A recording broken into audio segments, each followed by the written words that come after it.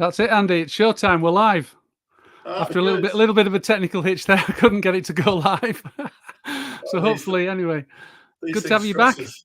Yeah, it's good to be back. So Yeah. which shirt have you got on today then, Nick? David Bowie. Nice. Yeah, David Bowie at the Hammersmith Odeon. Yeah. I didn't go and see him. I was a bit young then. So yeah, 1973. Yeah. That's when I first got into David Bowie. Okay. Yeah, those is he Bowie or Bowie? I think it's Bowie, but I think it depends. It's like tomato and tomato, isn't it? Yeah, tomato and tomato. Bowie or Bowie. But anyway, so Andy, today we're going to continue our discussion about the 5 pillars that make a great or extraordinary or wonderful retirement. And last week we talked about perception and how you feel, the feelings that you have, and potentially what you're going to do about them. So that was last week's topic. Now this week we're going to talk about the second pillar, which for me, as you know, we've talked about, this is the big one. It's the biggie for me. Purpose. Yeah. Yep. And in our ebook, our guide that we've written, the Midlife Evolution Guide, people can actually get that from, there's a link in the description if anybody wants to download that. But in that book, we've actually raised some questions about purpose. So over to you. I know this is a topic that you like to talk about as well. So what about last week? Have you got anything to say about last week? Just a little bit. I mean, the perception side, it's so important that you really do understand more about yourself. I think, as we said last time, we embarked on this journey without knowing enough about ourselves and what made us tick and that sort of thing. So I think, once you've gone through that, and once you get a better understanding of yourself and what your emotion is, or what your emotions are, and what your feelings are, it's then to actually start to find out what your why is, which involves examining different parts of your life to determine what your true desires are, your dreams, your likes, your dislikes, your priorities. And that's purpose. So the purpose, really, and I think we've both agreed on this, Nick, is that it's the driving force that gives your life meaning. Yeah, absolutely. It's why we leap out of, well, maybe not leap out of bed now because the joints hurt a little bit, but why we get out of bed in the morning. Yeah, absolutely. So this second stage is really about understanding what truly motivates you when your career is no longer the central focus. So, right. I mean, you've talked about in your videos a number of times, after dedicating yourself to work, it's easy to feel that your sense of purpose is tied to your job title, your daily responsibilities, the role you play in your organization. Yeah. But when you move into this new chapter, it's crucial to ask yourself, what now? Yeah. And it is connecting with what truly matters at this stage of life. If you don't do that, it's easy to feel that you're adrift. And we've spoken about this a number of times. I think you felt adrift in the early part of your retirement. Absolutely. And, you may have the time and the freedom that retirement, that it offers, but without the why to guide you, you can feel like something missing. Some of the discussions we've had with people who've retired, they've talked about a vacuum or a void, and they've talked about the fact that it's, there's something missing, but they don't know what it is. And the purpose is what makes this chapter important. Nick's passionate about it. It's because it's not just about filling time. We used to call them busy falls, but it's about creating meaning. So you need to know why you're taking these steps and what you're trying to achieve, and that's where purpose comes in. So it's the anchor that keeps you grounded and focused and helps you prioritize what really matters and keeps you motivated throughout all the transitions. And we'll keep on transitioning through retirement. Yeah, I would agree with that, Andy. One thing just to interject there about purpose. For me, it is the biggie. Yeah. I found that I took almost full retirement in my late 40s. And I did get to the point where I thought, what the hell am I doing? I wasn't doing any work. It was a life of leisure. And I just couldn't imagine that going on for another, however many, 30, 40 years if I was lucky.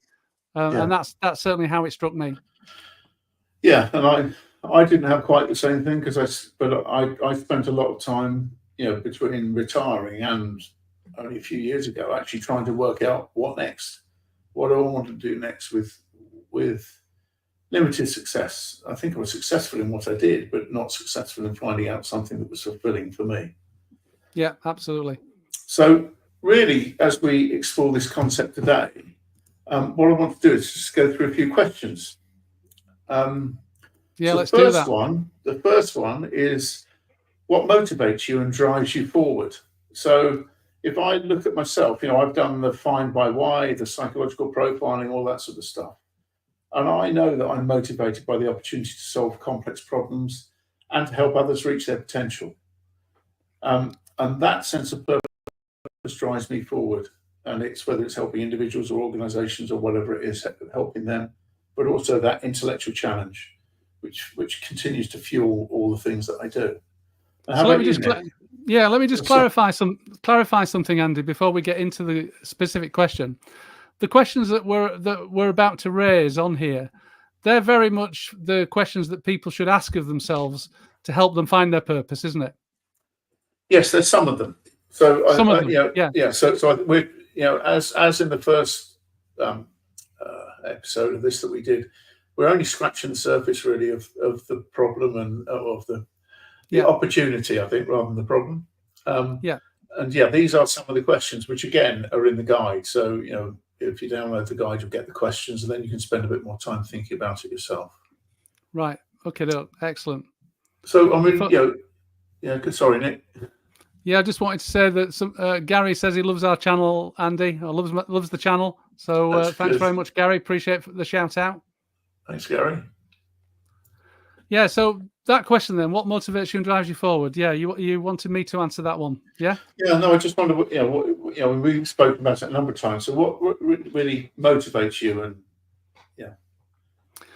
I think for me, the answer to that question changes as you evolve. So what motivated me at say 53 or even 43 is probably very different to what motivated me at 63. Yeah. So it depends on the context to some extent. Midlife, retirement, the two things are kind of intertwined in a way, aren't they? But they're not necessarily what's that word? Mutually exclusive or inclusive. There can be one or the other, can't there? You can be midlife but not retired. Yeah. Or you can even be retired but not midlife. Yeah. But if you put the two together, so when I was 43, I guess that'd be midlife then, yeah? Yes. But I wasn't retired. But I was asking myself that question. And obviously the big thing in my life was my father dying, and I decided to take a break from full-time work. It was a break at the time. I won't lie. I didn't think, I'm retiring. I decided to take a break. But fast forward 10 years, I'd come out of the break, hadn't gone back to full-time work, and had decided to retire. Yeah. So at 53, what motivates me and drives me forward was very different. I decided I didn't want to run a business again. I didn't want to have all the hassle of a full-time job, all the pressure of running a business. So my motivation then was to use my knowledge in some capacity, and I figured in an advisory capacity, coaching or something like that. But at 63, what motivates me and drives me forward is different again. Yeah, and I think most people reflect on that. And if you look at different stages of your life, different things do motivate and guide you. So, that's a good point. I mean, what about you? I mean, you're 62, aren't you? I mean, are the things that motivate you and drive you forward the same at 62 as they were at 52? No. I mean, at 52, I was still struggling to find out my purpose and what I wanted to do. I thought I had another one in me. Well, another job, you mean? Yeah. So at 52, then you were still thinking about your career, still thinking about getting a job, a work, work. Yes, yes, it was. Yeah. But it had to be the right. Yeah, and Had at to be the right 62, time. at 62. 62, no, I'm not. I mean, we were talking about it earlier. I have applied for something, but it's not a full-time job. Yeah, yeah. Tell us a little bit more about that. What was it? Was it something to do with travel and tour or something? You've applied to do what? Go on, tell us more. Well, I love traveling, and there's a company called Great Train Journeys they employ they use self-employed tour guides basically. Right, yeah. And you get paid a little bit of money, but you actually go on the tours. And if you look at their tours, they're global tours using the trains, staying in lovely hotels overnight. So I must admit, I was a bit worried I'd have to be sleeping in a train, in a sleeper, which didn't really, that didn't appeal to me. But it's seeing the world, and it's looking after people. There's intellectual stimulation of finding out more about the tours, the places you're visiting. Yeah, just sounded really interesting. So why not? So let me guess this right. Somebody's going to pay you to travel the world and put you up in accommodation as well. Yes. Yep. Excellent. And feed me, and listen, it's one way of getting away from your wife. No, I don't want to get away from my wife, Nick. No, of course not. No. Wow. So yeah. So what motivates you and drives you forward to do that then, Andy? Well, it's just combining a few things. If I think about what motivated and drives me forward through my life, it's been things that I enjoy doing. So I did a degree when I left school. I did a degree in marine and fish biology, and I did that because I found biology very easy, and I enjoyed swimming and wanted to learn to dive. Combine the two. I had 3 lovely years down in Plymouth doing that. But it appealed to me. It was something that I wanted to do. I think you forget about that as you get older. Yeah, doing the things you want to do. So this job, if you do get it, it sounds more like a vocation than a job that you get paid for. How much time will you be away traveling? It's not very. You'd probably be away on 4 or 5 trips. Well, it's up to you how many you want to do. But I wouldn't be doing it every week. I do probably 3 or 4 a year. Depends what's available. Depends whether it's somewhere I've been before. I'm not sure I want to go back to places I've been before. Maybe we'll see. But and just to help anybody watching, where did you find this job?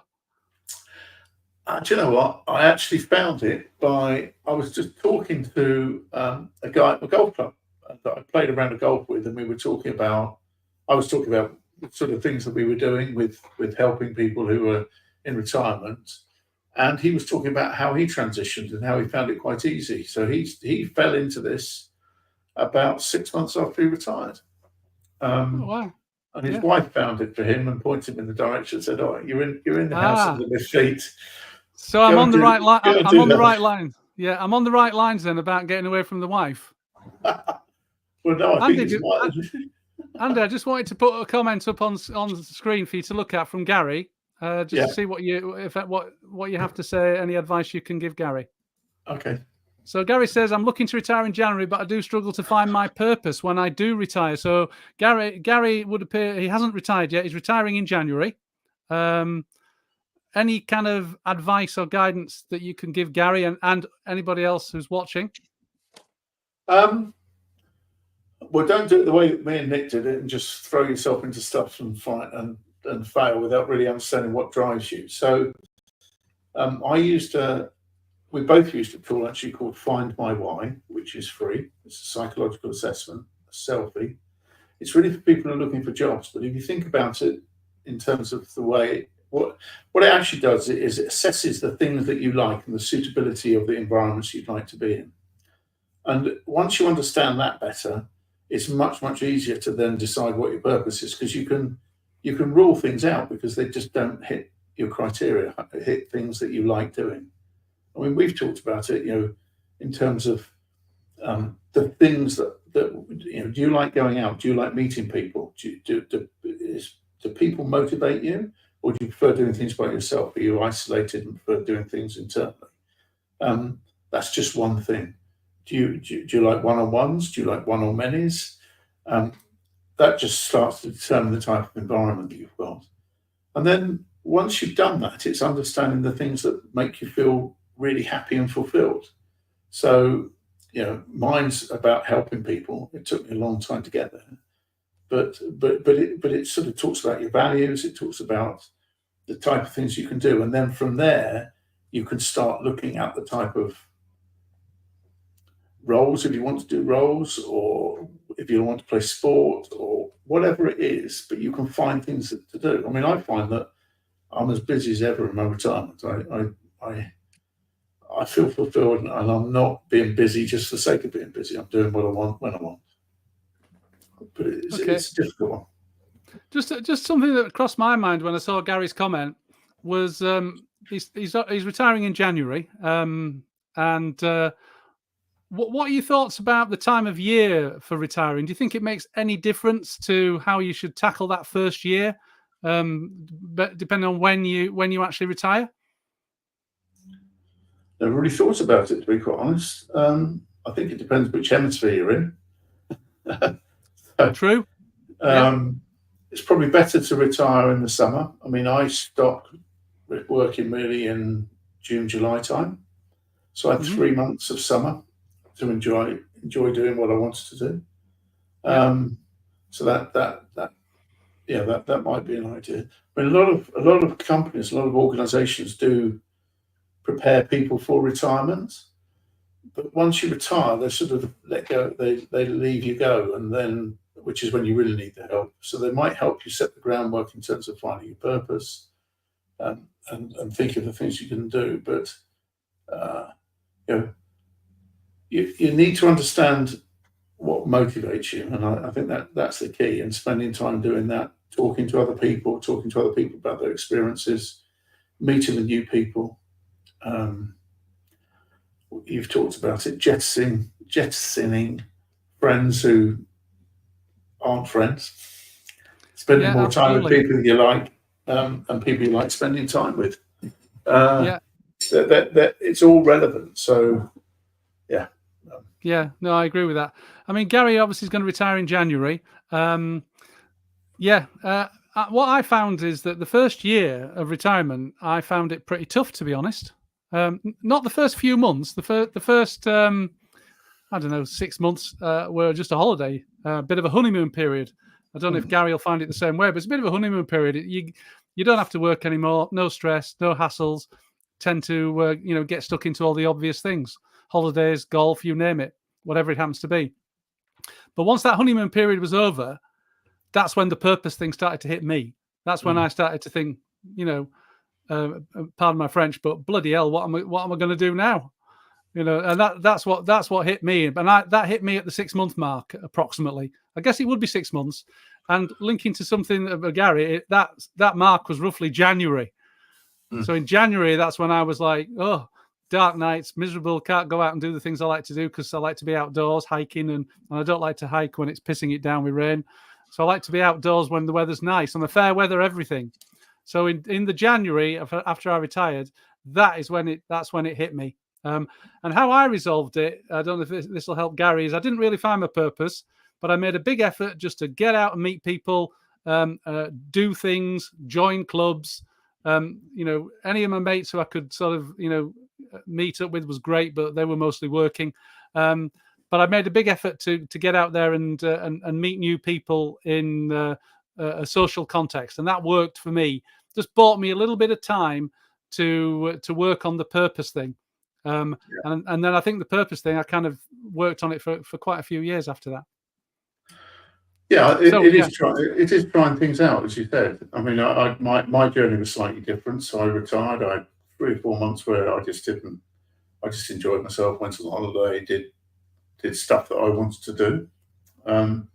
After about 4 months, I then threw myself back into finding something new. I not going back into the corporate life, but within small businesses, and then left. And found a job, found something to do. And really, that was her. I enjoyed a lot of it, but I realised that actually I didn't want to do that sort of work. So mine was, as you said, trying things out. Although if I start something, I tend to finish it. So I was committed to that. Yeah. So But everybody has a different journey then, Andy, by the sound of it. Anyway, it is. second question. We've got a second question, Andy, haven't we? We're on our first. I think we've got. How many questions have we got, by the way? We've got 10, but we don't Right, have to well, go through all 10 today. let's get on with it then, Andy. Let's crack on. Second question. All right. So the second one is, what's your identity and what role would you want it to play in your life moving forward?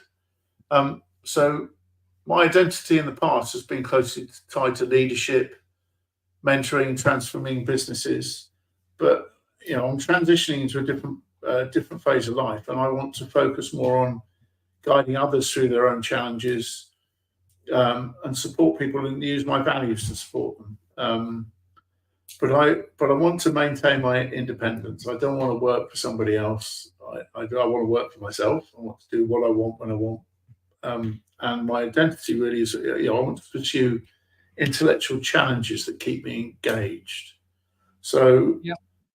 And I do stuff with local charities, but I do things that actually chime with me. They resonate with what I'm thinking, if that makes sense. So, at 62 years of age, then, what is your identity?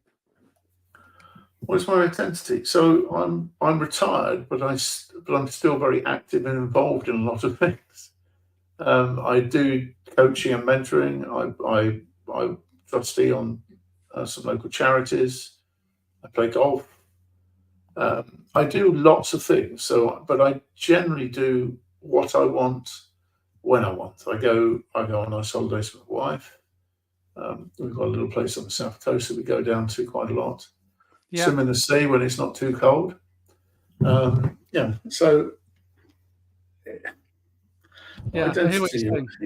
It's hard to say what my identity, but I know what my role is. So my identity is I'm a retired guy enjoying life to the full. Yeah. I think. Yeah. Okay. Yeah. How about you, Nick? Ooh, well, my identity was 100% tied up to my job, 100%. And in fact, I don't even think it was a job. In reality, it was me. My name was on the door. I owned a small business. We grew a business to about 70 people, and my name was on the door. So that the business was named after me, and my entire life revolved around that business. And this isn't a good thing. It was actually a bad thing, as it turned out, because I kind of focused 100% of all my effort and time on that business, to the exclusion of family, friends, the whole shooting match. My social life was tied up with the business. Everything was in that business. So my identity was very much Nick Marr, who owned that business, or co-owned that business. However, and that's what made my kind of transition into retirement a bit harder, I think. Yeah. For me, I found that I had to try and forget about that identity and find a new one. Unfortunately, I did very quickly find a new identity, and that new identity was a really dead simple one. It was just, Nick Marr, the dad and husband. And I started devoting all my time and effort to my family, which I hadn't done. I won't lie. And part of the reasons that I did that was that I left work in order to do that. So that's what created my new identity. Now, that's still the identity, but I guess the second aspect of the identity would be, I very much see myself as a mentor to some extent, a coach and mentor, somebody who's been on a journey and would like to help other people on their journey if they're behind me on that journey. So identity. But a lot of people, their identity is tied to their work, Andy, isn't it? I mean, particularly in professions, I see people, like, I don't know, accountants, lawyers, doctors, etc. They're very much, they are a doctor, they are an accountant, or they are a lawyer, and then they retire and they're not anymore. So what's your take on that? Yeah, a lot of them actually they retire, but they don't. So they retire. Accountants retire, and they carry on doing accountancy work. They put a structure around what they're doing. But it is very hard if you spend the majority of your life, which is what happens when most of us retire, is spending the majority of your life doing things. It's and you enjoyed it, and I noticed that Cheshire Homebrew has come up and said that he might work again, might not, but it wasn't a difficult decision. He didn't like his job. I think if you don't like your job, it's a really easy decision. But you do need to think about the things you like about what you're doing, and how you introduce yourself, or how you want to be known, or how you. I mean, we talk a little bit about legacy later on, but yeah, it is a difficult one. And some people actually love what they did. They don't want to retire. They want to carry on doing it, whether they're paid or not. They just enjoy that structure, or they enjoy doing lawyering stuff. I mean, Yeah. Tina and I went on a holiday to North Wales, and we were staying in this little charming little hotel. And there was another couple there, and the guy he must have been in his mid-80s, and he'd done work around trusts and and wills and that sort of thing. Mm-hmm. And he's still doing it. He's just doing it because that's what he enjoys doing. He doesn't get paid. He just helps people out in terms of working out what to do. And yeah, but let's look just on this identity thing. Yeah, obviously Cheshire Homebrew. That's a good name, isn't it? I'm sure he wasn't christened that. no, but we'll have to try it sometime. Yeah, exactly. Let's put it up there again. Might work again, might not. Wasn't a difficult decision. Didn't like my job. Yeah, my view on that is that you don't have to stick to the profession or the thing you did in your 20s, 30s, and 40s. Yeah. We make decisions about our future work at a very early age when we've got absolutely sod all experience to really base it on. I don't know about you, Andy, but I got advice from my mum. And look, much as I loved my mum, okay, she did not have a clue what would make a good career for me. She really didn't have a clue. And unfortunately, it kind of led me down a bit of a path that was wrong, completely wrong. Yeah. And I ended up going into the banking world, for example, and and finance and stuff like that. Didn't you? But you probably don't know that. And I ended up having multiple jobs and getting sacked from most of them because it just wasn't right for me.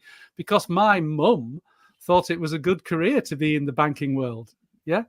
Now, eventually I fell into recruitment, and even that wasn't the right job for me, really. I mean, I hated being a recruitment consultant with every bone in my body. I always did. But I didn't hate running a recruitment company. So when I actually set up my own recruitment agency and I didn't have to be a recruiter anymore, and I started to become a business owner and leader, I enjoyed that. But it could have been anything. It just happened to be recruitment. Yeah. But my point is that if you get to a point in your life where you hate your job, you don't have to stop working forever. You can actually do something else. I mean, you could, if you want, be a guide for great train journeys. But you don't have to stop, do you, Andy? You can do something else. Yeah, and it's a conversation we've had a number of times about our identity going forward. So we're retired, but we haven't stopped working. And that seems like a bit of an oxymoron, but that's the way that we look at it. That's the way we view our lives. That we've retired, but we're still busy, and we've still got purpose, and we've still got ambition, and we've still got. But it's measured in a very different way. It's about satisfying internal things rather than external things. Yeah, so your identity can change, can't it, from year to year? Andy, let's move on to the next question that you posed up there. Yeah. So, what type of lifestyle do you want to lead? I mean, I've talked about the lifestyle I want is to engage in meaningful work, but still pursue things that I want to do. And flexibility for me is key. It's wake up in the morning and this is what I want to do. So whether it's playing golf or mentoring people is a little bit different because there's two people there, but traveling, meeting up with friends, building relationships which are built on loyalty and trust. So, which is more about my own personal values, and they're the same values as me. And if people don't like it, well, that's fine. I'll move on and do something else. But it is that balanced lifestyle, and it's a life balance. It's not a work-life balance or anything else. It's doing the things that you want to do. And if you don't feel like doing something when you get up in the morning, that's fine. That's fine. But sometimes I'm motivated to. I have a book in me, but sometimes I'm motivated to write. One day, Andy. One day, mate. It's not that often. One day, mate. Yeah. Yeah. So my take on lifestyle, thanks for asking, Andy, is freedom. Yeah. It's all about freedom. Freedom from everything. In other words, I don't want people telling me what to do. So I don't like that aspect of it. I don't want bosses. Haven't had one for a long time. Very briefly, you and I got tripped up. I think we mentioned it in the last one by an organisation that we ended up working for. We're not working for, but collaborating with. Yeah.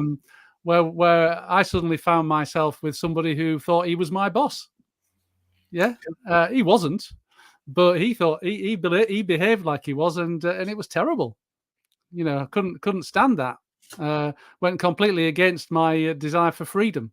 So I'm with you on that one. Freedom to, in the morning, to decide, you can do whatever you want to do. Yeah. If you want to work today, work. If you don't want to work, then don't work. I tend to be governed a little bit by the weather on this one, Andy, I won't lie. Right now, as I'm sat in Yorkshire, Northern England, it's pissing it down. It's been a horrible day. And I've been quite happy to sit in my attic office and do a bit of work and that sort of stuff. But if the sun was shining, I would rather be outside. I'd rather be doing my hike up in North Yorkshire moors or the Dales or that sort of stuff. So I tend to be governed to some extent by the weather. I try not to set too much of a routine around that type of thing, other than I wake typically at the same time, or I go to bed at the same time, eat at the same time. But I don't like to kind of say every Monday I'm going to do this. Even this YouTube thing, I don't make the videos on the same days. I might post them on the same days, but I don't make them on the same days. They tend to be made on a very, very, very ad hoc basis. So yeah, for me, freedom is the big one. Yep. Okay. So, Andy, yeah. Shall we move on to the next question? Move on to the next one. So, how much time do you want to dedicate to work, and how much to leisure activities? So I think we've talked quite a lot about this. So I don't want to work work more than 1 or 2 days a week. The rest of the time, it's focusing on leisure activities, which travel, golf, reading, spending time with family and friends. But that's the balance that I'm looking for. It's not. And it's not having, today I've got to do this. It's not having to. It's not having to run to go to the beat of somebody else's drum. It's going to my own beat. Is there a kind of middle ground with this one? Because this question very much talks about it's work or leisure, What when people volunteer, right? For example, to do things. I mean, I've never been that person, so I've never volunteered, so I don't know what it's like. Okay. But if you are a volunteer, if you volunteer to do something, whatever that is that still work or is that leisure? Well, I volunteer, so I volunteer for charities. All right. Is that work or leisure? In my head, that's work. So that's the 1 to 2 days of work a week that I do. It's not, but I enjoy it. So, I enjoy doing certain things. There are things I hate doing, and one of the charities that I work with, they were pushing me down a route which was trying to make me do things I just don't want to do. So basically, anything like volunteering is work. It's sort of, I categorize it as work because there's more of a structure around it. So you don't actually work to the beat of your own drum. You have to. You work with other people. You can say no at any time, but it is, the agenda's not just dictated by yourself. What about this YouTube channel that I'm doing? Is that work? I would say that that's work. In my head, that's work. So that's Right. 1 to 2 days a week that I work. Yeah. Um, So what about me and the channel? As that, I'm recording videos and putting them out. I meant me rather than you. Is it? Am I working when I create these videos for this channel? Is that work? I don't know. Is it, Nick? I mean, I would I say, I, I don't think so. yeah, Quite frankly, I don't think it's work. I yeah, don't. I think it's more leisure related. Yeah. I don't see it as being any different to somebody who enjoys painting right, and spend hours painting, because I think it's creative. yeah. I think it's an outlet for my creativity. Yeah. Oh, I don't see it as work. If it became something that I didn't want to do, I didn't enjoy doing it, then I would just stop doing it. So from that point of view, yeah, I enjoy doing it. It's creative. So therefore, I don't see it as work. okay. Now, anything that sort of spins off it. For example, I do get approached from people who have wanted me to help them and coach them. Well, that's a bit different. That I do think is work. If I spend, I don't know, 3, 4, 5 hours a month coaching people, that's work as far as I'm concerned. Okay. Yeah, but volunteering, I don't know. I've never done it, so can't really answer that one. I was just interested what your take was on it. I'm trying to think of your lifestyle, because I know you. I'm trying to think if there's any, because you've got your volunteering, you play your golf, you go down to Portsmouth and do very little for about 4 days of the week. So you do a bit of coaching though as well, don't you? You took a qualification, a Yeah. coaching qualification. Now that must be work. I mean, you must feel that's work the same as me. Yes, it is. Yeah. Yeah, because It, you're interacting with someone else. It's why the volunteering is for me, because I'm a trustee, so I have responsibilities and I have things that I have to do. So yeah. um, Is it okay, Andy, to do 100% work? yes, if that's what you want to do, yes, why not? And if that's what you want to do, are you retired? It's how you define it. So If you work at all, are you retired? well, I think you are. Uh-huh. So it's about, so for me, it's retiring from what was your career, what was your full-time job, and it's actually more. I mean, you're very lucky if your career was your passion, but that's not everybody. And some people just carry on doing it because that was their passion. But most Yeah. people, it's not. It's a means to an end. But you happen to enjoy most of it as well, if you're lucky. Yeah. I mean, Um, I think my view on it is that if you work, you can work and be retired, because you're retired from the thing that you did. yeah, So it's like me, 20 odd years in the recruitment industry, had my own business, 100% into that. Don't do that anymore. So I'm retired from that. So I am retired. I mean, it's like, some pundit like Alan Shearer or something like that. Is he retired? Oh yeah, of course he's retired. He's retired from football. He yeah, does a bit of punditry, but he's retired. yeah, Yeah. And that's how, because I get quite a few people commenting saying I'm not retired, and I am retired. Of course I'm retired. I could stop doing this tomorrow. So yeah. that's how I view it. Anyway, Andy, next question. Let's move it on. What kind of impact do you want to make in the world? This is a. Well, what kind of impact do you want to make in the world, Andy? I just want to help people realise their potential. That's very broad. It is very broad, but it's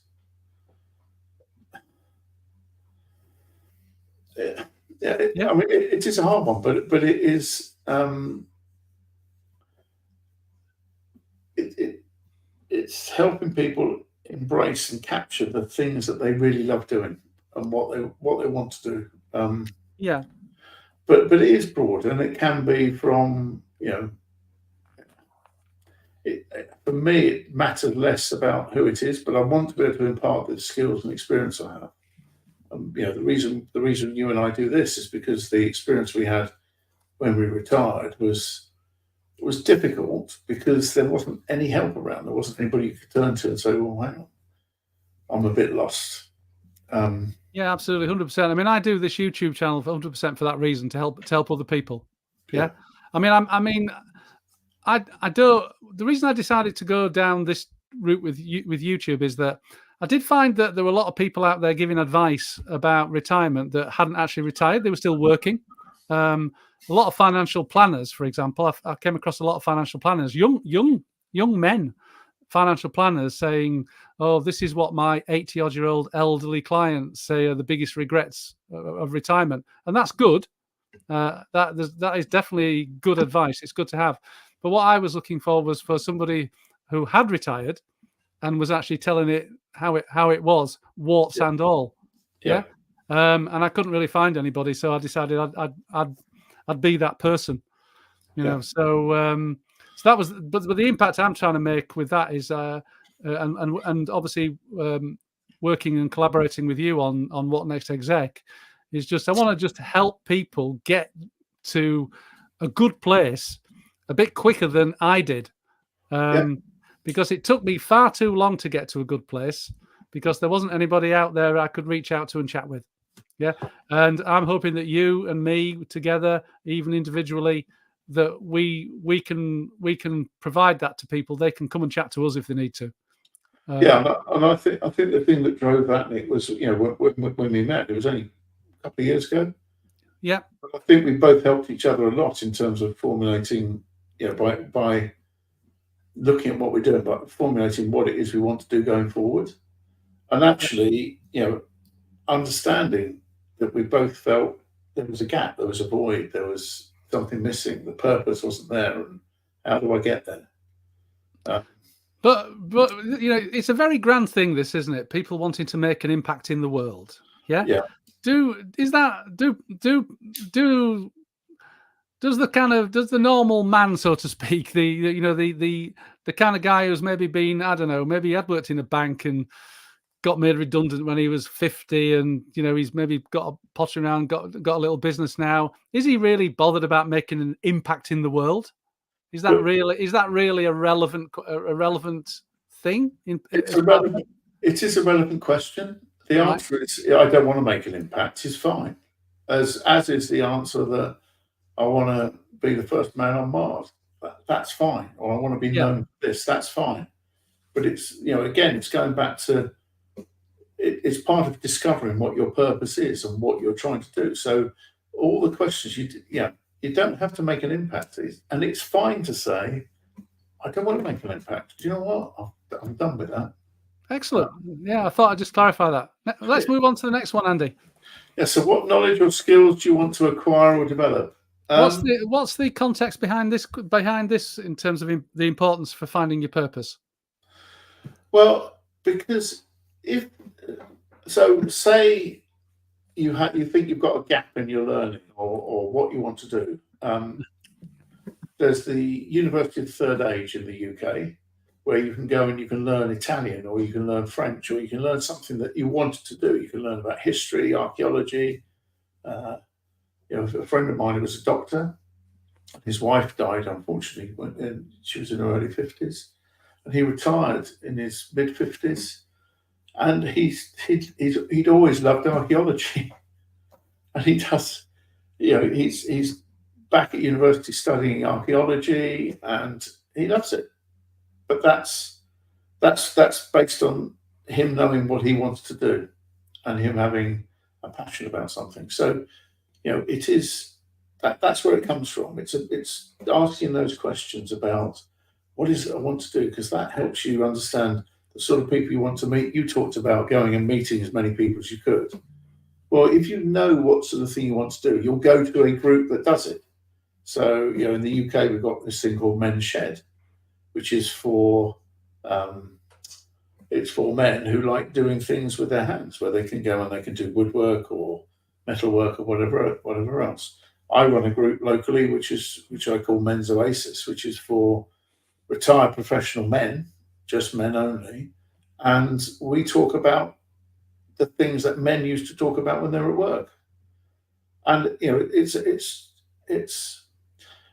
that's an opportunity for them to talk about different things and to maybe find something else they want to do. So one of the guys there, who was there, found out about a role that he could do, and he's gone off and done it.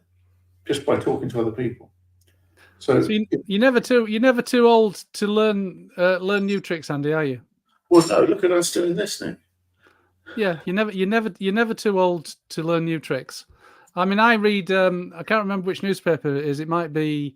There's an article in the Guardian. It's about people who have done some sort of major pivot at age 60 and gone off to do things. Yeah.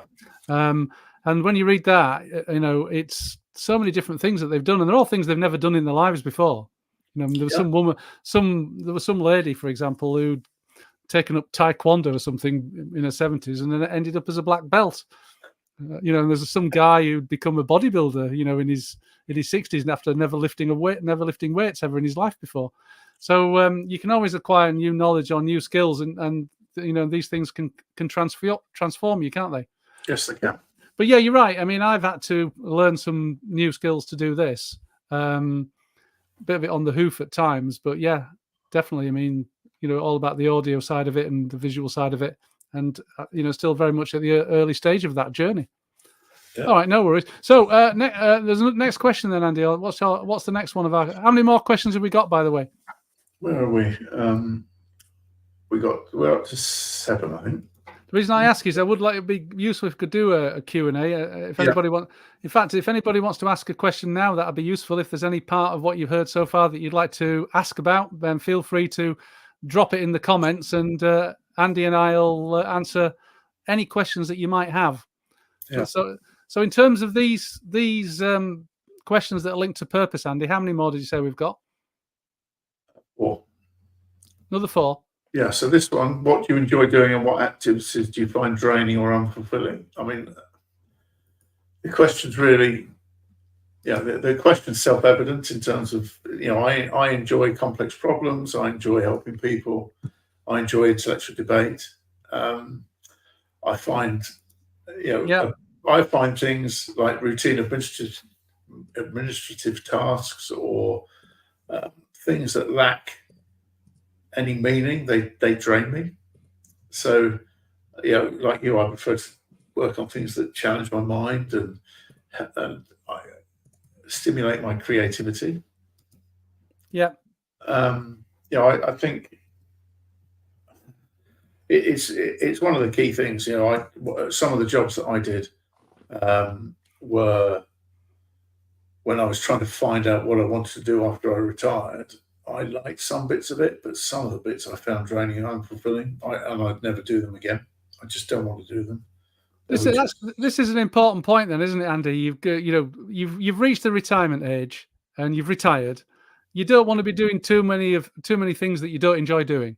No. Yeah. No. That's it. In reality, you've got to focus on you. This is probably, I mean, I don't want to sound like a bit of doom and gloom here on this topic, but you've entered the final stages of your life. Yeah, you've got more time behind you than you probably have ahead of you.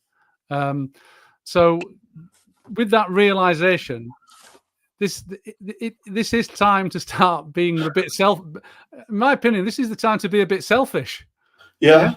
You've made all the sacrifices. There's been a lot of sacrifices made in your 20s, 30s, 40s, probably into your 50s if you're keeping going.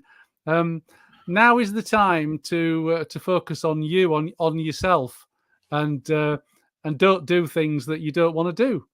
Enjoy the things that you do want to do. You might have to find those things, and some of the other conversations. But I mean, one of my most popular videos has been it's something like the 5 things or 6 things that I don't do after 60. Yeah. Yeah. And, some of the things there are things like putting up with assholes was one of them. That seemed to resonate with people. Not giving a stuff what people think of me. I'm not going to change my ways too much now. I mean, I might to some extent, but, I'm not going to turn up tomorrow with pink hair and that sort of thing. So to some extent, probably I do give a little bit of a stuff, but not too much. From that point of view, you just got to be yourself, be your authentic self. And if people don't like you, fine. Yeah. It's like this YouTube channel. I get a lot of snarky and nasty comments that don't find their way onto the channel because fortunately YouTube filters them and I am able to see them in advance. because YouTube's got this algorithm or this software that picks them up. And there's some right horrible comments. Yeah. Some nasty stuff. And I feel like replying to them saying, well, don't bother watching then. Yeah. But yeah. So yeah, you can it's your time, isn't it? It It's is. time to enjoy it's time to put yourself first. Yeah, I mean, we did talk about this the other day about, it's like going back to your childhood. So I remember, my childhood. I had a good childhood, but I never got bored, and I was always doing the things I wanted to do. But better than your childhood, because you still had to go home to your mum and dad and all that, and you still had people telling you what to do. Yes. Whereas it should be a childhood without all those constraints, shouldn't it? Yeah, it's like a childhood without the bumper rails that you get on the 10-pin bowling. Yeah, minimizing the number of people who tell you what to do. Yeah. Yes. So there we are. All right, Andy, let's move on to the next question. Right. So, what are your strengths and weaknesses? Yeah. Well, why is this an important one in terms of finding your purpose? Is it because you don't want to be playing to your weaknesses? Is that the gist of it? Well, that's right. So, why focus on a weakness? So, I always used to. I coached sport when I was younger. I coached rugby for a while, and why would you spend? I coach people at business as well, and I kept on saying, when we do assessments of people, why do we focus on their weaknesses all the time? Why don't we focus on their strengths? It's like having the best attacker in the world, the footballer. So it's like having Ronaldo as your centre forward, and you spend all your training sessions teaching him how to be a good goalie. Yeah, because he's not very good at saving the ball. Well, what is the point? We know it's a weakness of his. Why would you do it? It's pointless, and he wouldn't enjoy it either. So it is so important that you understand what your strengths are, understand what you're good at, understand what you enjoy. Yes, push the envelope and try other things, but if they don't resonate and they don't work for you, then don't do them. This goes back to the first point you made right at the beginning, wasn't it? About or the first pillar about perception as well, doesn't it? To some extent, you go through exercises in the first pillar to really get to know yourself and really firm up on yourself, and that's part of this process, isn't it? It is, and the key to this is really being quite ruthless about taking out your weaknesses. Don't do things that you're not good. Well, you might enjoy things that you're not good at. So, you have people who like writing. They're not very good at it, but they really enjoy the process of writing. You get people who paint. They're not very good at it, but they enjoy painting. So but it's understanding that if you enjoy it, and it's you got to be careful. Don't just wipe them out because they're a weakness. If you enjoy doing what it is, then do it, because you're not answerable to anybody. It's very easy, though, isn't it, to sometimes get sucked into doing things where your weaknesses suddenly come into play. I'm thinking back to our brief stint with the large organisation again, that kind of sold us the story about how we were going to be helping people, achieve their dreams and all that kind of stuff. But what they didn't tell us is that there was like a relentless kind of sell at people, wasn't there? Like whatever they call it, pitch and slap on LinkedIn, and I think they were even kind of encouraging us to cold call people, weren't they? Sort of like randomly pick up the phone to them on their mobile phones and say, "Hey there, you've just connected with me on LinkedIn. How would you like to be part of my blah blah blah?" And that I mean that very much played to my weaknesses. Because I left that world behind when I was 33, and I didn't honestly think I was going to be having to do it again when I was 60. But I'm exactly the same, Nick. I mean, I left that world behind when I was 20. Yeah, exactly. 21. Yeah. So we won't name that organisation, but if ever they see our videos, they know who they are. Yeah, they do. Yeah, so don't play. So strengths and weaknesses very important. How many more questions have we got, Andy? 2. So what are your career options and how do they align with your goals and priorities? So this is... Well, can I just ask you about this one? Because when I saw this one, I just thought, have we really put this one in? Yeah. Because this is about retirement. Yes. Do you have career options Is career even a thing when you're retired? It can be. Some people, I know people who've retired, and their career is poor. They pivoted their career. I mean, you talked about people pivoting into doing something like bodybuilding or taekwondo, but people going Yeah, going to but career to me tends to kind of intimate work. I mean, the bodybuilder, we weren't doing it for work; it was leisure. It's like me with YouTube. It's not work; it's leisure. Surely career is something we should be leaving behind now we're retired, isn't it? only if that's what motivates you. So this is, so my view is that I don't know, and we've had this discussion a whole load of times. I don't know what anybody else thinks. I don't know what people's drivers and desires are. So if you go through all this and you want a career in something and something very different, how so say you want to do a non-exec director portfolio, that All right. becomes your new career. I guess. If Yeah, I see where you come from. if you want to be a mentor, if you want to pass that business information and advice, that business advice to other people, how do you do that? That's a career. It's another career. Andy, we've got Cyril back. Thanks for coming again, Cyril. Cyril Mulcahy. Do you remember how to pronounce it, Andy? Yes. So Cyril asking, hi, Nicola, great chat. For Andy, so this is for you, Andy. How beneficial do you find the volunteer work in terms of maintaining a good social circle in retirement? It's quite useful. I mean, so I act as a trustee. So my volunteering is as a trustee on a local charity. So I meet other people who have different slants on life and do different things, and we meet fairly regularly.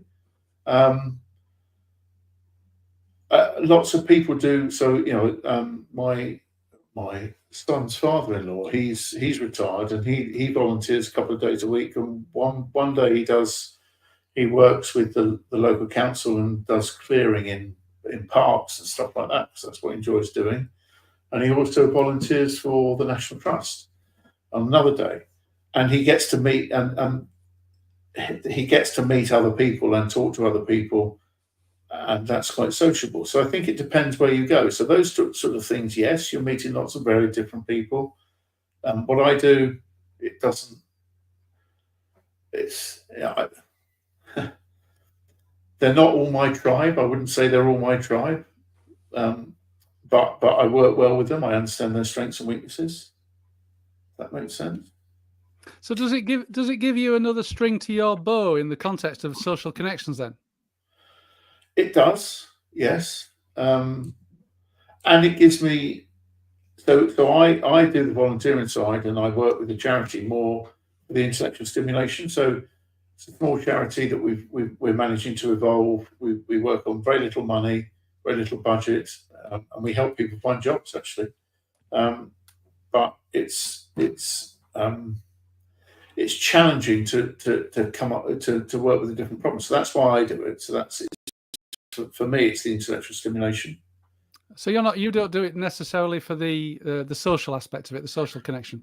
No, the social connection. So my social connection, my side of the social connection, I drive through playing golf, which I don't do it 5 days a week. I probably play once or twice a week, but I play in competitions, and I meet new people and talk to them. So yeah. the job I applied for, Great Train Journeys, I would not have found out about it unless I played golf with that guy on that day, and we'd have the conversation afterwards. Yeah. So you're not necessarily doing these things for the social connection. You're doing it as part of filling your day, doing things purposeful. Yeah. So I'm doing the volunteering more for intellectual stimulation.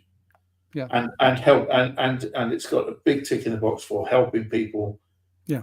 Do better things. But it could have a social aspect for people if they wanted it to. It could, yes. It depends what sort of volunteering you go into.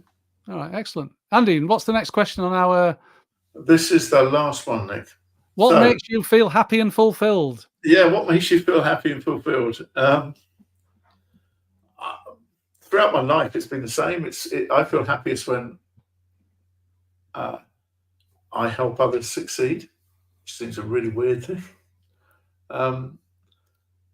and it doesn't matter what it is, but that's what I really enjoy. Helping others solve problems, or whatever it is, guiding people through a transition, mentoring, helping people to That's fulfilled, though. That's when you feel like you're most fulfilled. yeah. Yeah. Yes, and I'm happy. I've got a lovely family, spending time with my wife and kids and grandchildren, and um, we do a lot of what we want to do. We go to gigs. We're seeing China prices this weekend. I still haven't heard of them. I should remember them, but I still haven't heard of them. We saw Joe Jackson last week and the Pretenders. Yeah, who you will have heard of. I've heard of Joe Jackson and the Pretenders. Yeah. Yeah. So they're things that, I feel happy. It's different experiences. It's doing different things. Yeah. I feel very fulfilled. How about you, Nick? Well, happy and fulfilled, I think they're two separate things. I didn't regard. I mean, fulfilled, I've always related to a kind of a career aspect and a job aspect and work to some extent. That is slightly different now, because I must admit I do feel very fulfilled. That I feel fulfilled that this channel has been well received. I mean, I can't remember the latest numbers. It's just over 9,000 subscribers at the moment, and that's beyond my wildest dreams. When I started this channel back in April to kind of support you and I in our kind of thing to help midlife and retired people, I didn't for 1 minute think I'd have 9,000 subscribers after whatever it is, just coming up to 6 months. Well, 6 months. I thought because everybody was saying it takes like 2 years to get to 1,000 subscribers. So I feel very fulfilled, and what I feel particularly fulfilled about, though, is that the things that I've put out in the videos and now this live is actually helping people. I feel like it probably is changing their lives in some way. They're able to take something and make a change in their life, and that is very fulfilling. Yeah. That links to you about helping people, doesn't it? That's why I started it, to help people, and I feel the feedback I'm getting is that I am helping people, and that's very fulfilling. Now, happy, that's a whole different ball game. Happy only ever occurs when I'm in Portugal, sat at Izzy's Beach Bar on a Sunday afternoon in the sun, watching the live music. That makes with my son, because he's always there as well. With my son on one side, my wife on the other side. Her parents are there as well, which is all right. But that's my happiest. That's happy. Yeah. That's happy. And I think the thing is that it's different things make different people happy. I mean, I love swimming. I feel happy when we go swimming in the sea in Portsmouth. I love going to see live bands. Yeah. You have to be careful you don't get hit by a cruise ship. Well, no, I don't go that far out, Nick. The cruise ship would get damaged, wouldn't it? Yeah, thanks, mate. Is that our last question, Andy? The last question, the last thing. Yeah, that is the last question. Yes. All right. Well, we're just over the hour mark at the moment. So, what would you say to sort of sum up about purpose? I think it's really important to understand your purpose. I think it's a ever evolving thing that you do. But I think purpose helps you know where you're going and why you want to get there. That's probably the easiest way of saying it. So once you go through these things, it helps you work out what it is you want to do, and it helps you feel fulfilled because you know what it is you're trying to achieve. And the good thing about all of this stuff is that you can change it. If it's not working, you can go back to look at what your purpose is and what your drivers were. Purpose doesn't have to be like a change the world type purpose, though, does it? No, it doesn't. No, of course it doesn't. No, it has to be a purpose that's specific for you. That gets you out of bed on the morning. That makes you think, I really want to get out of bed and I want to get on with doing this today. Yeah. No, I would tend to concur on that one. I think, it's a big one for me. I've always felt that you've got to have a purpose. There's got to be, and it doesn't have to be some major, world shifting, impactful purpose. but there's got to, that purpose can be something really basic and simple. For example, it could just be to keep fit and healthy. What's your purpose? Just to keep fit and healthy so I can enjoy my life, what I've got left. Yes. You know, it doesn't have to be a work or career purpose. It can be really what's the word? I can't even think of the word, but a type of purpose that has meaning to you, but you're not going to change the world with it. No. Yeah. And I guess the biggest purpose of the lot, surely the biggest purpose of the lot, Andy, is to build a retirement where you're happy and fulfilled. Yes, it is. Of course it is. Yeah, and to do what's necessary to do that. Yes. Yeah. And tinker with it and change it. And as you get older, things will change. So, and it's important to understand that. So, what I can do now, I'm not going to be able to do in 10 years' time. Yeah. So I'm going to do it now. I'm going to try to anyway. Now, Andy, I wanted to ask you a question. This is an opportunity for you to plug something. Yeah. A little dicky bird tells me that you and I are taking interested parties for a coaching group, a retirement coaching group that we're planning on doing in the near future. Yes. Yeah. Can you tell us, before we wrap up, can you tell us a little bit more about that, or tell the viewers a little bit more about the coaching group and what the concept is? What have you got planned? What are you trying to do? Well, the coaching group is really getting people together, like-minded people. So it's people who recognise they have an issue, recognise that they've got a void or a gap, and it's helping them navigate through that. It's helping them, using the P's the 5 P's that we've got. It's taking them through the different stages and help guide them through that. Yeah. And this is a group format, isn't it? This isn't one-to-one. This is just a group format. It's a group format because I've got my experience and you've got your experience, Nick, and that's going to be different from everybody else's experiences. And I think it's so important to get a group of people together so that people can share the things that they're feeling, what they're doing, ideas they've had. So that it's a richer experience. I think if you do it one-to-one, it's not right for this type of thing because there isn't a right answer. As far as I know, there's only a right answer as far as you know. So is this coaching group then? Places are limited. Yes. There's only so many people that we can help, and it's a bit of an accelerator, isn't it? It's taking them through a process where they'll come out the other end of it with a blueprint. That's the idea, but the work is yours. I cannot come up with your blueprint. You have to come up with your own. Yeah, but you'll help them. You'll help them come up with that blueprint. Yes. Yeah, and obviously I'm working with you. I'm collaborating with you on this to help people get there. So the bottom line is they have to put in the work. You're a bit of you're a bit like a tour guide on great train journeys, aren't you? Yes. You're taking them on a journey, making sure they're going to get on the right train. Yeah. Yeah. And you'll sort of assist them get to their destination because everybody will have a different destination. Yes, they'll all have a different. So it is about taking them through I don't want to use the word process, but it is. It's about steps. Taking them through steps. Steps. Thank you, Nick. But it is.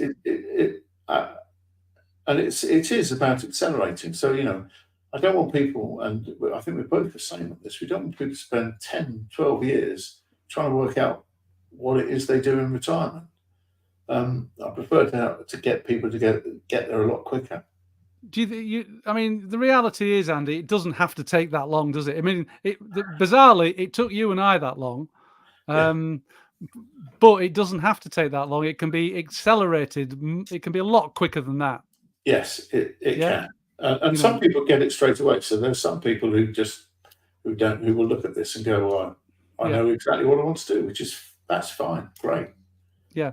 So you're taking, we are taking applications from people. So if anybody's interested in the program, they have to apply.